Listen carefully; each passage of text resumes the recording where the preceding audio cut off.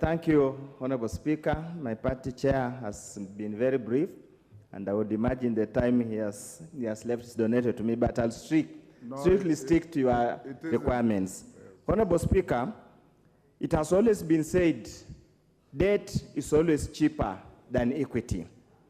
We have always taught in our investment and appraisal classes that debt is never bad as long as the right leverage has been established.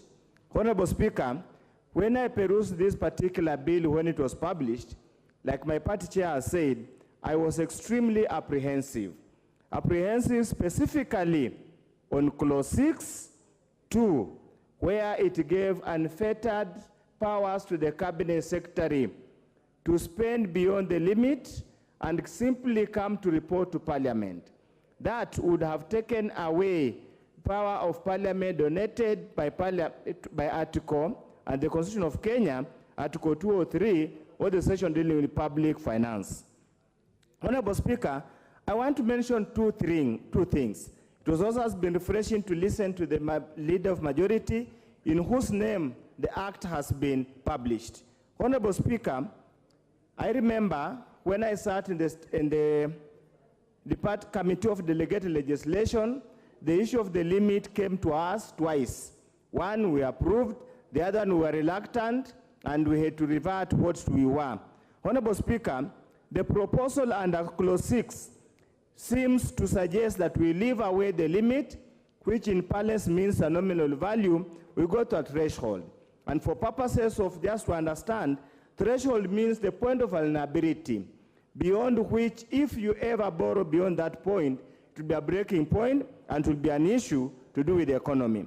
Honorable Speaker, I also want to join my party chair on the issue of measuring GDP and the issue of determining the NPV. NPV means, Honorable Speaker, net present value. And my question that is going to disturb many people in this country, what is the discount rate are we going to use to determine the net present value at the time of setting the threshold? Secondly, how many years are we going to discount so that we arrive at the net present value? Those are the issues I hope when the Cabinet Secretary is making a report to Parliament will strictly disclose all those material facts. Honorable Speaker, of course the issue, how do we measure the GDP? In a third world country like Kenya, do we have adequate data to capture all the happenings in the economy? Where we have so many non-motorized supplies, where we have so many self-supplies that not go through the money market, or is not monitorized. Obviously, Honorable Speaker, that's where the danger looms. And it looms large, and it's going to be a disaster, a scandal in the next few years. Honorable Speaker, as I conclude, allow me to mention the issue of intergenerational burden. Honorable Speaker, when we are doing cost-benefit analysis, we always talk about willingness to pay and willingness to accept.